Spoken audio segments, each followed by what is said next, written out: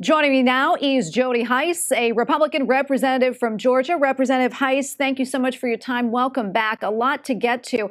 But I know that you were part of the group of Republican lawmakers who discussed the crisis in Afghanistan this morning. Tell us more about that and why you all felt that was so important. What did you want the Americans to know?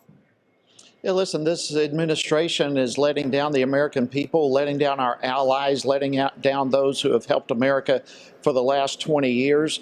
This could not, absolutely could not be a worst case scenario than what we are witnessing right now. There are literally going to be thousands potentially of lives lost because of the ineptness of this current administration not to pull people out of Afghanistan before pulling our troops out. This is absolutely a numbskull kind of decision that has been made by this administration, and now we're watching the consequences of it. And it could not be a more dangerous, risky, and unnecessary scenario than what we're currently watching. Yeah, and over the past few days, I mean, we see these videos coming in on social media, horrific scenes over there right now, what's happening near the airport and otherwise. Let's talk more about that and also the dangers for those who may be Christian.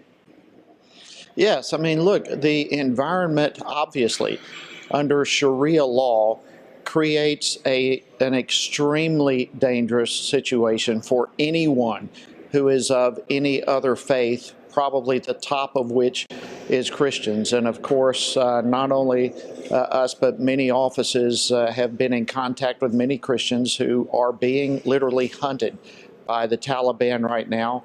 And every effort possible is underway to try to evacuate those individuals. And I'm sure those efforts will continue with unceasing resolve until we get those people to safety. Yeah, and what is your biggest fear right now for those that are trapped over there, especially those who may be religious minorities? Well, obviously, their lives are our biggest concern. I know personally, myself, my wife, many others, we pray for the persecuted church on a regular basis. But when you see a scenario like this unfolding right before your eyes, where the lives of Christians and others are being taken away from them, the threat of their lives being taken. We've already got multiple reports of severe beatings and just a host of horrific things that are taking place. I mean, having the potential to do everything within our power to save these individuals is obviously a top priority for us and thankfully for many others as well. Yeah, and that deadline is creeping in. I know the White House said it's negotiating with the Taliban. I want to get your take on that. What does that mean?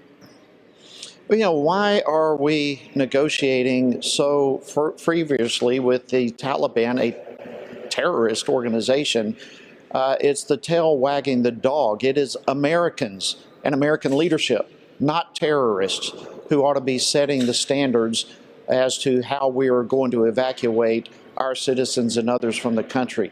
It is not something that we should be taking orders from terrorists. They should be hearing from us what we're going to do. And it is concerning that this administration continues to go to a terrorist organization for instructions as to what we can and cannot do. It certainly should be the other way around.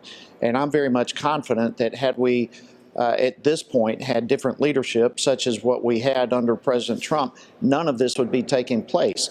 When you deal with terrorist organizations, they understand one language, and that is power and strength. And currently we don't have that in the administration and in the White House. And as a result, not only are our people in serious threat and danger of their lives, but obviously many others are as well.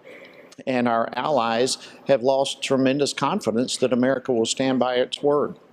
Okay, great. And before I let you go quickly, how do you see this all playing out? Well, we're in a very serious fight for the clock right now. The clock is ticking.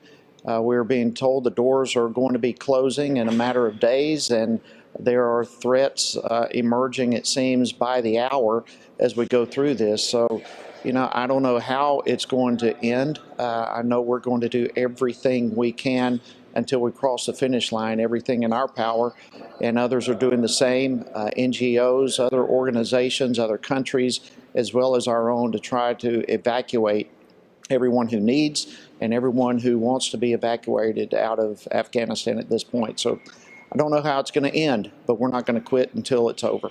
Representative Hice, thank you so much for your time today. Thank you very much.